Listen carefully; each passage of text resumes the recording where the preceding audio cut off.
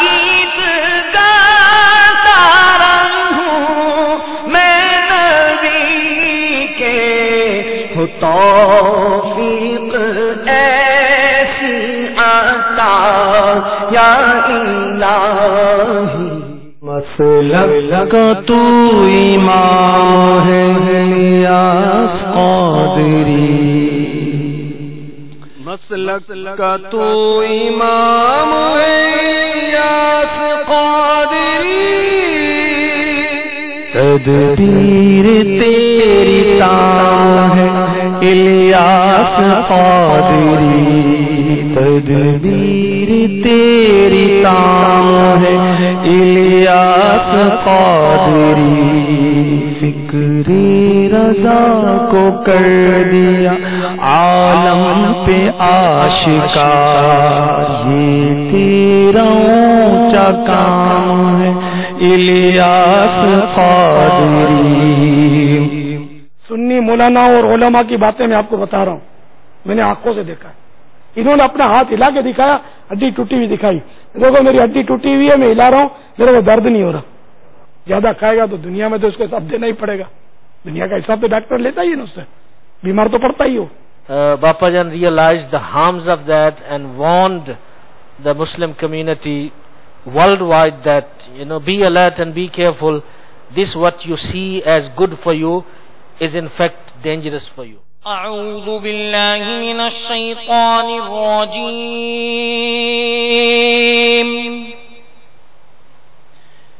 بسم الله الرحمن الرحيم.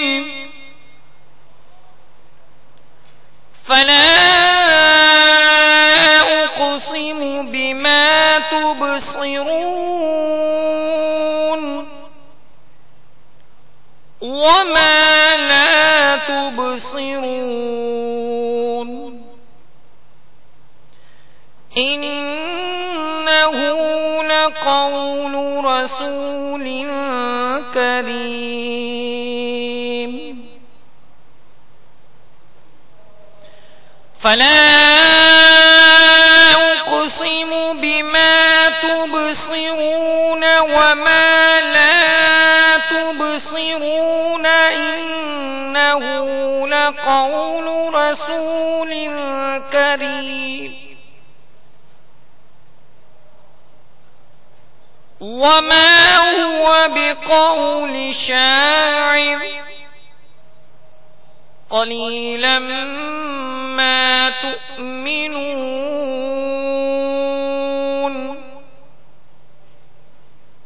ولا بقول كاهن قليلا ما تذكرون.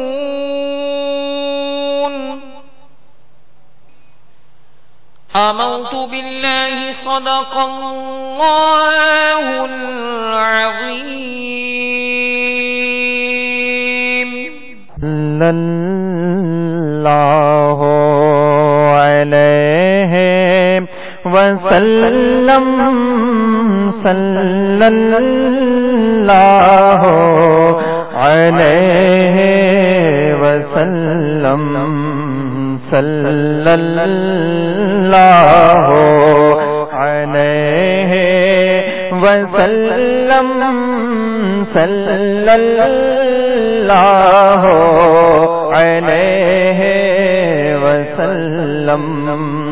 سچی بات سکھاتے ہیں، سچی بات سکھاتے ہیں، سیدھی راہ چلاتے ہیں. صلی اللہ علیہ وسلم، صلی اللہ علیہ وسلم، صلی اللہ علیہ وسلم، صلی اللہ علیہ وسلم انا اعطیناک الکوثر انا اعطیناک الکوثر انا اعطیناک الکوثر ساری کثرت پاتے یہ ہیں صلی اللہ علیہ وسلم صلی اللہ علیہ وسلم صلی اللہ علیہ وسلم الحمد للہ رب العالمین والصلاة والسلام على سید المرسلین اما بعد فاعوذ باللہ من الشیطان الرجیم بسم اللہ الرحمن الرحیم الصلاة والسلام علیک یا رسول اللہ وعلى آلك وأصحابك يا حبيب الله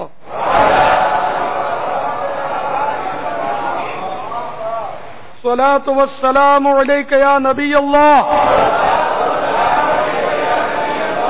وعلى آلك وأصحابك يا نور الله صلوا على الحبيب على محمد 1432 سن ہجری کے رمضان المبارک کی آج تیسری شب ہے۔ دعوت اسلامی کے عالمی مدنی مرکز فیضان مدینہ میں بے شمار اسلامی بھائی معتکف ہیں۔ معتکفین کے درمیان مدنی مذاکرے کا سلسلہ ہے۔ آئیے اپنے ثواب میں مزید اضافہ کرنے کے لیے اچھی اچھی نیتیں کیے لیتے ہیں۔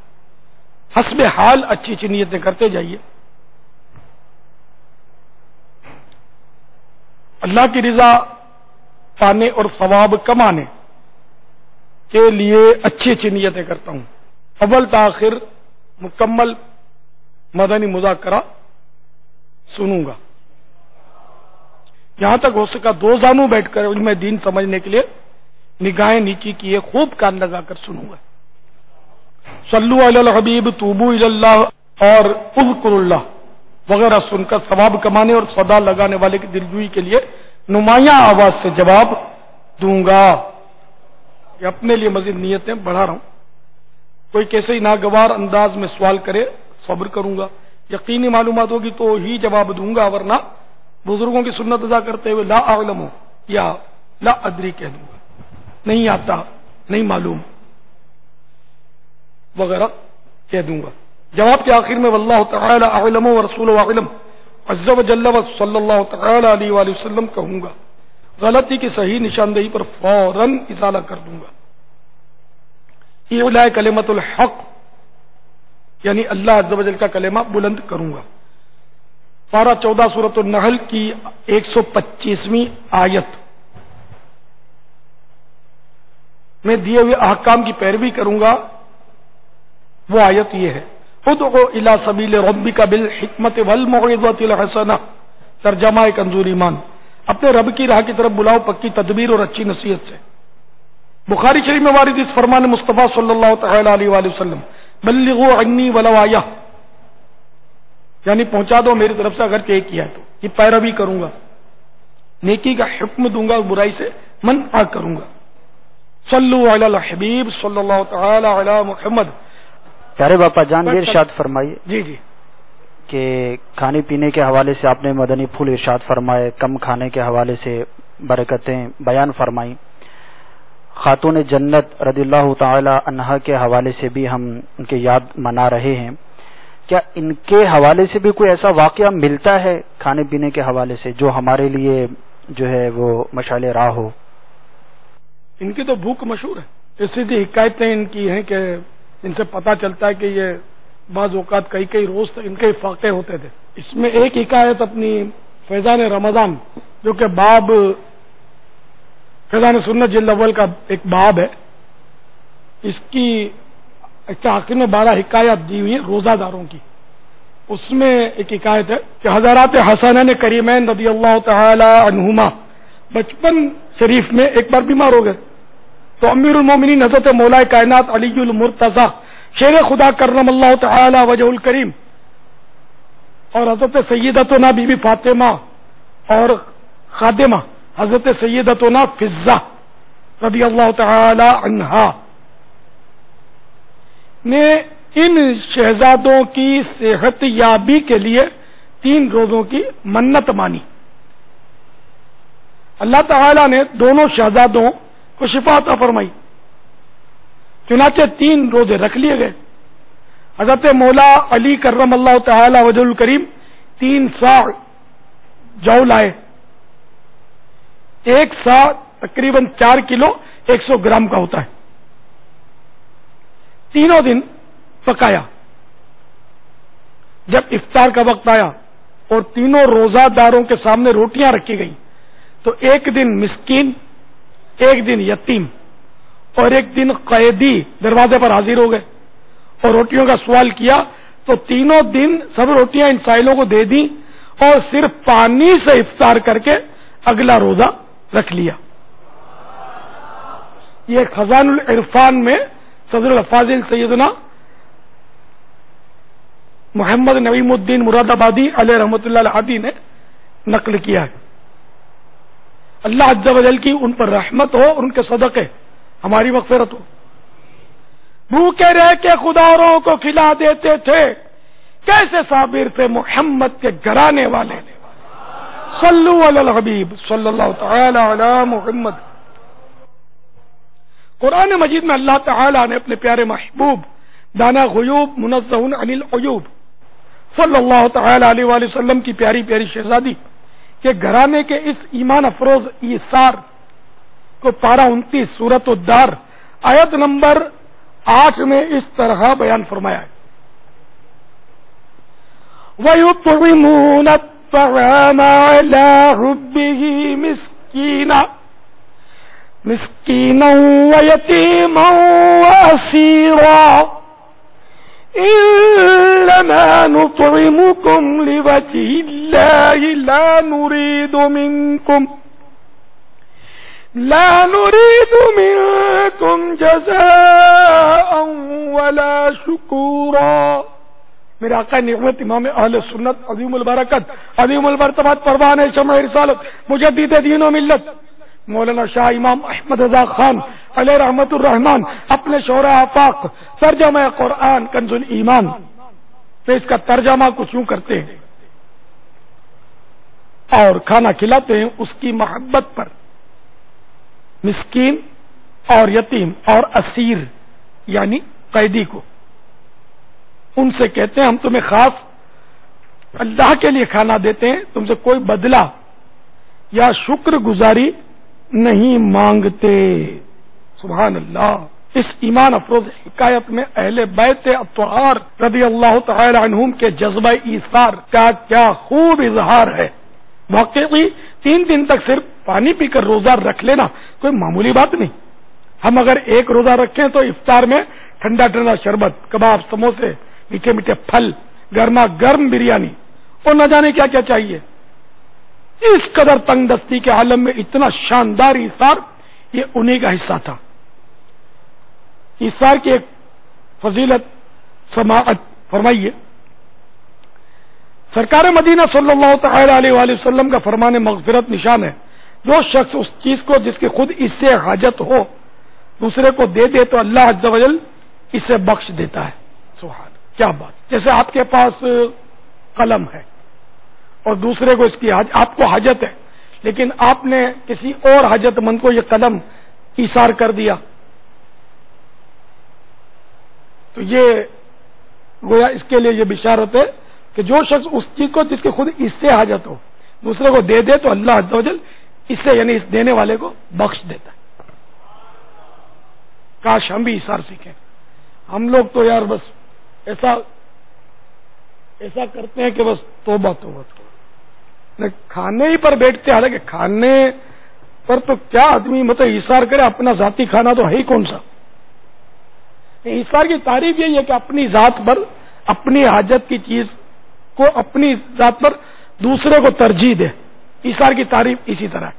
اب اپنی حاجت ہے، جیسے کہ یہ ابھرا ہوا آلو نظر آ رہا ہے، وہ خوبصورت بوٹی نظر آ رہی ہے اور من للچا رہا ہے، تو سب جب کھاتے ہیں نا تو کھانے کا بعض اوقات میں نے مناظر دیکھے اس طرح بھائیوں کے، بھلے ان کو لگتا ہے کہ نیچی نگاہیں کر کے بیٹھا ہے، لیکن قریب قریب تو تھوڑا نظر تو گھومتی پھرتی ہے، اور یہ کہ ہر وقت نظر نیچی بھی نہیں رہتی، اٹھتی بھی ہے، ظاہر ہے انڈرسٹوڈ ہے، دیکھتا بھی ہوں میں، تو بعض اوقات منظر اچھا نہیں ہوتا کھانے کی ہرس کا جو انداز ہے نا، تو اپنی طرف سمیٹ لینے کے بجائے دوسروں کو ایثار کیا جائے۔ آج ایک اسلامی بھائی کا انفرادی کوشش کا انداز مجھے بہت پسند آیا، انہوں نے کھاتے کھاتے ایک دم نوالا اٹھا کر سامنے والے کے منہ میں رکھ دیا، میری طبیعت خوش ہو گئی، اور اس کو پتا نہیں کہ میری طبیعت خوش ہو گئی ہے، تو پھر میں نے نوالا اٹھایا اور اس نوالا کھلانے والے کے منہ میں ڈال دیا۔ اب کیا ہوا، اب یہ ایک دوسرے کو نوالے، جو قریب والے تھے نا ماشاءاللہ وہ کھلانے شروع کر دیا۔ تو ایک نوالا کسی کو کھلا دینا، ہو سکتا ہے اس کی نسلوں کی تقدیر بدل دے، اس کا دل اتنا خوش ہو جائے کہ دعوت اسلامی، اگر خیر یہ تو پتہ نہیں کوئی ذمہ داری ہو تو کہہ نہیں سکتا جس نے کھلایا، وہ میں مطلب میرے لیے دونوں اننون تھے، انجانے تھے، جس نے کھلایا اور جس نے کھایا۔ ہاں اگر اس نے اپنی کوئی دوستی ہے ان کی ذاتی اور اس وجہ سے کھلایا ہو تو یہ مجھے پتہ نہیں ہے، میں تو اس نے دھن رکھوں گا کہ یہ ایک نئے اسلامی بھائی کو شاید وہ ترکیب میں لانے کے لیے کہ وہ ایسا لگ رہا تھا کہ وہ نئے تھے، کوئی باقاعدہ داڑھی یا مستقل امامے کی ترکیب لگ نہیں رہی تھی، امام باندھا ضرور تھا لیکن یہاں کر بیچارے باندھ لیتے، ایسا لگ رہا تھا، نہ کوئی زلفیں نظر آ رہی تھی۔ مجھے بڑی خوشی ہوئی کہ یہ لگتا ہے کہ ان پر انفرادی کوشش کر رہے ہیں، اللہ کرے ایسا ہی ہو، تو ثواب کی نیت سے کھلایا ہو تو ضرور ثواب پائیں گے۔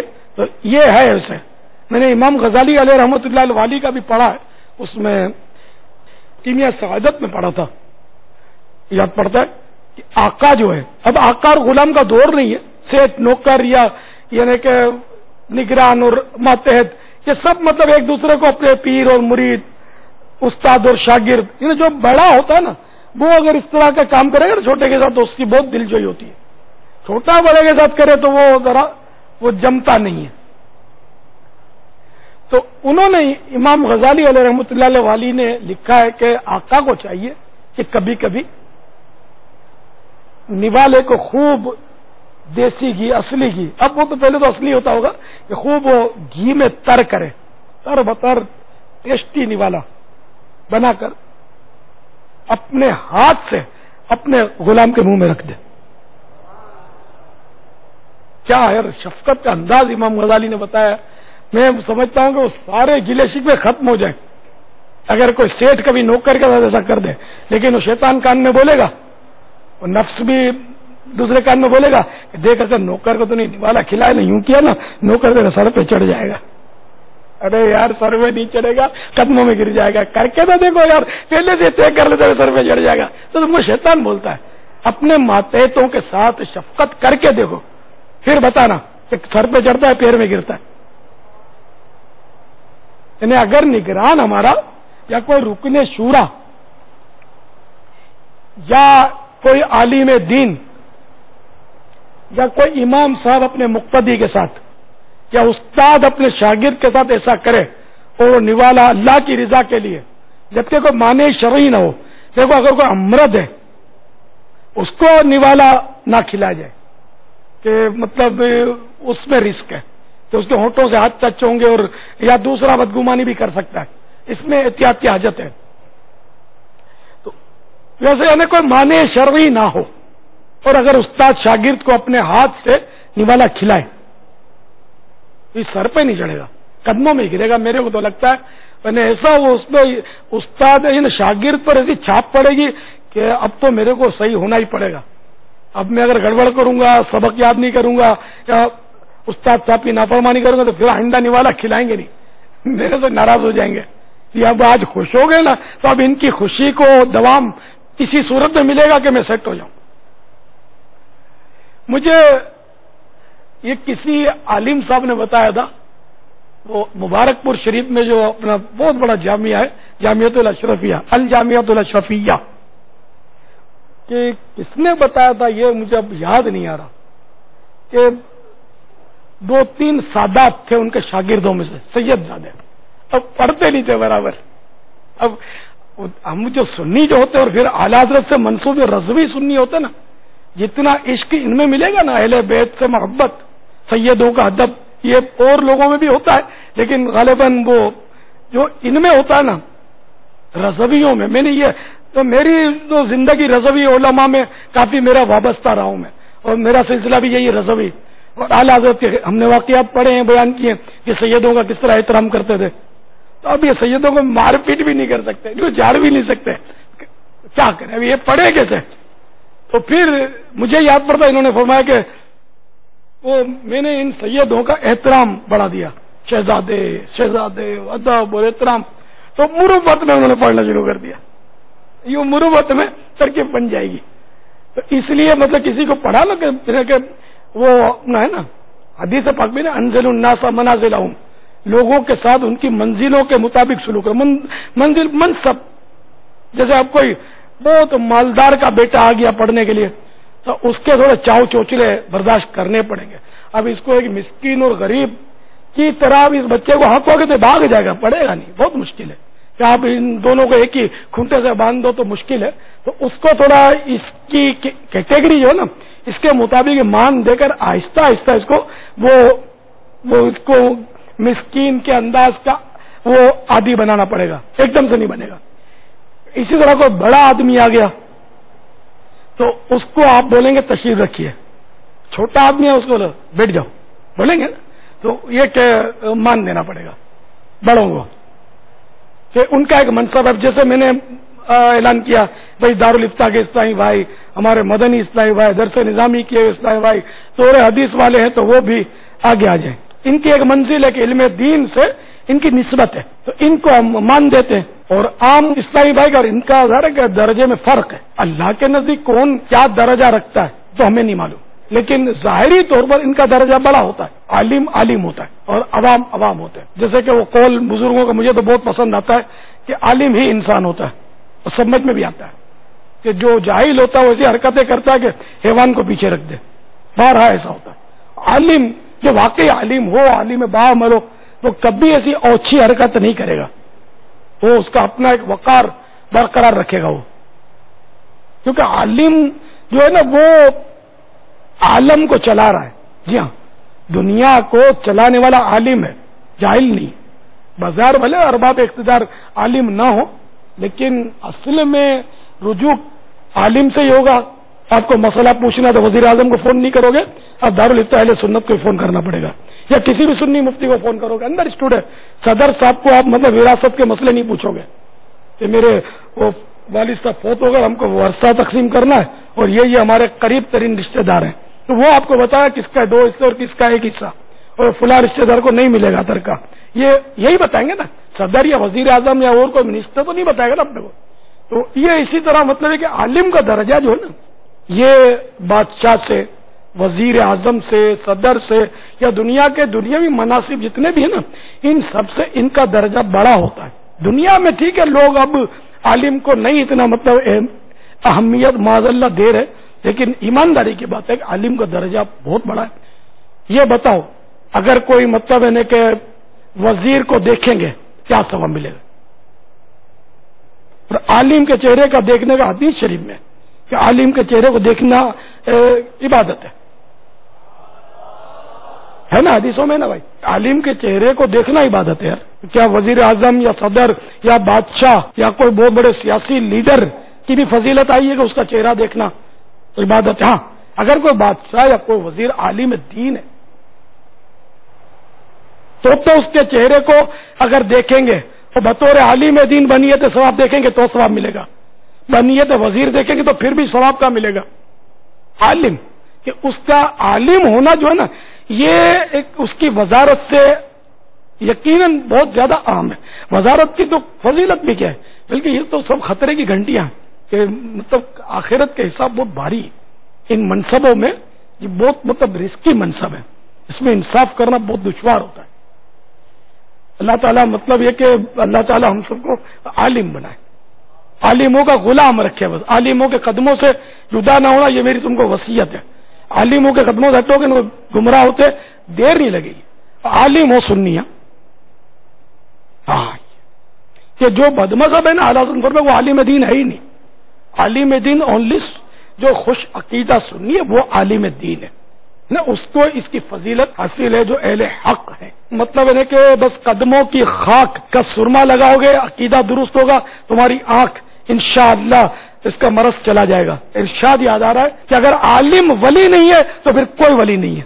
امام شافعی رحمۃ اللہ کا قول ہے، عالم بے عمل جو ہو نا، میں اس کو ولایت نہیں دے رہا، امام شافعی کا قول نقل کیا ہے، کیونکہ آگے چل کر وہ بات تو یہی بنے گی کہ عالم باعمل ہو، کیونکہ بے عمل عالموں کی مذمتیں بھی بہت زیادہ ملتی ہیں، احادیث مبارکہ میں بھی مذمتیں ہیں، بزرگان دین کے اقوال میں بھی بہت مذمتیں ہیں۔ عالم باعمل مرحبا، جو بے عمل ہے عالم، اس کے بھی علم دین کی وجہ سے اس کا ایک اپنا مقام ہے، یہ ذہن میں رکھیے گا کہ ٹھیک ہے وہ خود مثال دی اعلیٰ حضرت نے کہ وہ خود ایک شمع ہے، جو بے عمل عالم ہے پھر بھی وہ شمع ہے، وہ خود جل رہا ہے، عمل نہیں کر وہ جل رہا، لیکن تم کو تو روشنی پہنچا رہا ہے نا، تم اس سے فائدہ لے لو نا، کیونکہ روشنی سے کام لے لو۔ اور دھاڑ کر کے کسی کو بے عمل عالم بولنا نہیں ہے، یہ ہم لوگوں کو اتنی پیمائش معلوم نہیں ہے کہ یہ بے عمل ہے نا یہ باعمل ہے، ہمیں تو حسن زن کے جام پینے ہیں سب کے سامنے۔ ہاں جو واقعی ہے کہ اعلان مطلب کوئی اسے کر رہا ہے کوئی عالم تو وہ ایک الگ بات ہے، لیکن ہم خواہ کا قیاس آرائیاں کریں، بدگمانیاں کریں، اس کی اجازت نہیں ہے۔ عالم دین جو ہے نا، اور دعوت اسلامی الحمدللہ علماء دین کے پیچھے علماء اہل سنت کے پیچھے اللہ کے فضل و کرم سے، پہلے تو خیر وہ ماحول نہیں تھا، اب تو الحمدللہ دعوت اسلامی نے علماء پروڈکشن شروع کر دیا ہے۔ دعوت اسلامی کے اندر اب ماڈرن اور کیسے ماڈرن اور بگڑے ہوئے لڑکے جن کی پرانی یعنی کہ ہسٹری دیکھو تو آدمی حیران ہو جائے، آج ماشاءاللہ یہ علم دین سے آراستہ ہو کر دوسروں کو علم دین پڑھانے لگ گئے، الحمدللہ۔ تو یہ اللہ کا بڑا فضل و کرم ہے، اس کا احسان ہے، اس کے حبیب کی نظر ہے، اور اللہ کرے کہ یہ کرم منقطع نہ ہو، بلکہ کرم کا دھارا جو ہے یہ ہم پر مزید بڑھتا رہے۔